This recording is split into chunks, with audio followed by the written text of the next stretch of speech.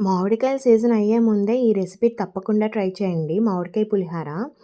మ్యాంగోస్‌ని 2 తీసుకొని చెక్కు తీసుకొని తురుముకొని పక్కన పెట్టుకోవాలండి. ఈలోపు మనం రైస్ పెట్టుకుంటే కుక్కర్‌లో సరిపోతుంది.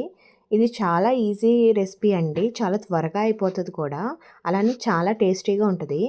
ఇలాగ రైస్ పొడి పొడిగా చేసుకొని ఈలోపు ఆయిల్ వేసుకొని తాలింపు పెట్టుకోవాలండి. మీ అందరికీ వచ్చు కదండీ పులిహోరకి తాలింపు ఎలా ఏస్తారో. ముందుగా వేరుశనగ గుళ్ళు వేపుకొని పక్కన పెట్టుకోవాలండి. దీనిలో జీడిపప్పు కూడా వేపుకొని ఏసుకుంటే చాలా బావుంటది. కానీ నా దగ్గర ఇప్పుడు ప్రెజెంట్ లేక నేను వేయలేదు. తర్వాత తాలింపేసుకోండి. తాలింపులో ఎండుమిరపకాయలు ఎన్నేస్తారో పచ్చిమిరపకాయలు కూడా అన్నే ఏస్తే అది కారం సరిపడా ఉంటదనమాట. దానిలోనే మీరు ఫస్ట్ తురుముకున్న మామిడికాయ ఉంటది కదండీ! అది కూడా ఆయిల్‌లో కొంచెం ఒక 2 మినిట్స్ ఏపుకున్నట్టయితే టేస్ట్ చాలా బావుంటదండి. లేదా తురుముకొని డైరెక్ట్ ఏసుకొని కూడా కలిపేసుకోవచ్చు రైస్‌లో ఏసుకొని.